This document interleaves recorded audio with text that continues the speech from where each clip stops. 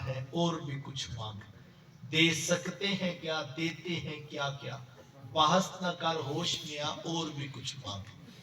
कहा वो देखो आने वाला जन्नती है। सहबा फरमाते हमने दरवाजे पे देखा तो एक बूढ़े बाबा जी और ताजा वुजू की वजह से पानी के कतरे दाढ़ी से टपक रहे थे। हमें उनकी किस्मत पे रश्क आया, कितना खुशकिस्मत शख्स है कि हुजूर इस्लाम ने जन्नत की बशारत दी। खैर दूसरे दिन बैठे तो फिर कोई बात हुई तो हुजूर को सहाबा जन्नती देखना चाहते हो? तो हमने कहा हुजूर क्यों नहीं, आप इरशाद फरमाएं। फरमाया दरवाजे पे देखो आने वाला शख्स पक्का जन्नती। वहां पे हमने देखा तो दूसरे दिन भी वही बाबा जी और वही अंदाज और उसी तरह वुजू के कतरे दाढ़ी से टपक रहे। हमें उनकी किस्मत पे रश्क आने लगा कि इतना खुशकिस्मत शख्स है। दूसरी मर्तबा भी हुजूर इस्लाम से बशारत नसीब हुई। फरमाते तीसरे दिन बैठे थे फिर हुजूर फरमाया ज़ियाबत जन्नती देखना चाहते हो, दरवाजे पे देखो।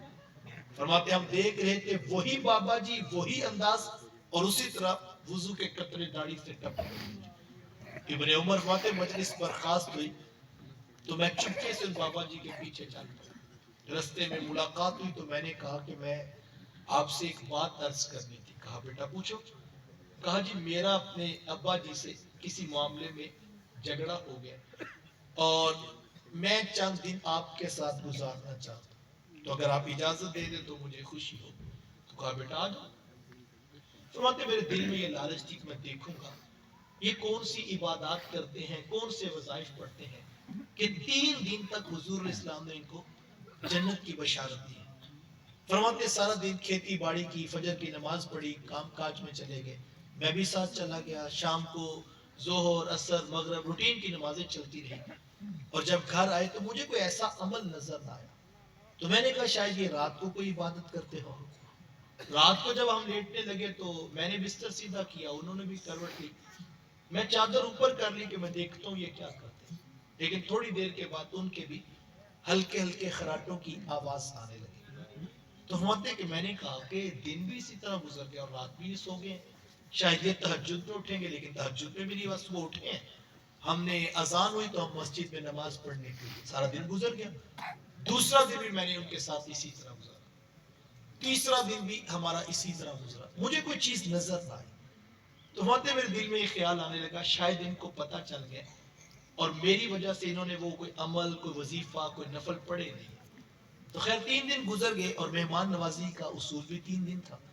तो फरमाते मैंने उनसे हाथ जोड़कर माजरत चाही और मैंने कहा कि बाबा जी मेरा अपने वालिद साहब से कोई इख्तलाफ नहीं हुआ, असल बात ये थी कि 3 दिन तक हुजूर इस्लाम ये फरमाते कि सहाबा जन्नती देखना हो तो दरवाजे पे देखो। 3 दिन तक हमने आपको ही देखा, तो मैं तो आपके पास आया था कि मैं देखूं आप कौन से अमाल करते हैं, नवाफिल पढ़ते हैं, वज़ाइफ पढ़ते हैं, लेकिन मुझे तो बज़ाहिर ऐसी कोई चीज नहीं मिली। और 3 दिन तक हुजूर इस्लाम ने आपका नाम लेकर आपकी तरफ इशारा करके कहा आने वाला पक्का जन्नती। अब मेरे लिए बड़ी अजीब कैफियत है, तो मुझे भी बता दीजिए आखिर वो कौन सा अमल है। तो वो बुजुर्ग फरमाने लगे कि बेटा पहली बात तो ये है कि मेरी जिंदगी यही सादा सी है, खेती बाड़ी करता हूँ, काम काज करता हूँ और नमाजें पंजगाना का एहतमाम करता हूँ, ये सादा सी जिंदगी है।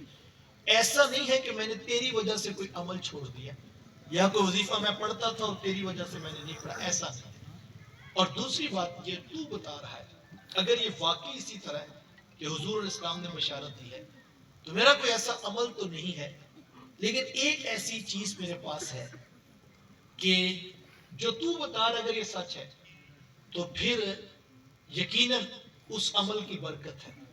तो कहा वो कौन सा अमल है? कहा वो तो सारी जिंदगी में मेरे साथ रहता तुझे नजर ना आता।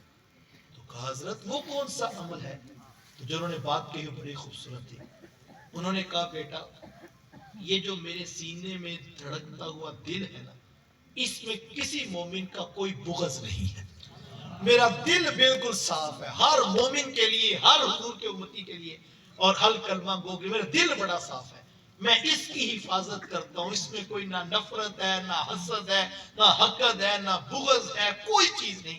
मैं इसकी हिफाजत करता हूँ और जो तुम बता रहे हो ना वो इस दिल का कमाल लगता है। اللہ اس دل کو صاف رکھو، اس میں نفرت نہ آنے دو، بہنوں کا پیار ہو، بھائیوں کی محبت ہو، دوستوں کی الفت ہو، رشتہ داروں کی، نمازی دوستوں کی، اہل علاقہ کی، اہل علاقہ کے، اہل محلہ کی یہاں محبت ہو، کسی کے بارے میں کوئی منفی اثرات، کوئی نفرت، کوئی بغض نہ ہو، اس دل کی حفاظت کرو۔ تیسری بات اور میری آخری بات، ماں باپ فوت ہو جائیں تو جو نیکی دنیا میں وہ کرتے تھے اس کا تسلسل نہیں ٹوٹنا چاہیے۔ کسی غریب کی مدد کرتے تھے، کسی یتیم کی فیس دیتے تھے، کسی بیوہ کے گھر میں راشن، کسی مسجد، مدرسہ، ہاسپٹل میں فنڈ پہنچاتے تھے۔ تو یہ نہیں کہ وہ آئیں تو آپ کے، وہ تو آج ہی سب کرتے تھے، کل سے آپ نے نہیں آنا، ایسے نہیں ہونا چاہیے۔ نیکی نسل در نسل آگے چلنی چاہیے، نیکی میں بڑی طاقت ہے۔ میرے حضور فرماتے ہیں اگر تم راہ خدا میں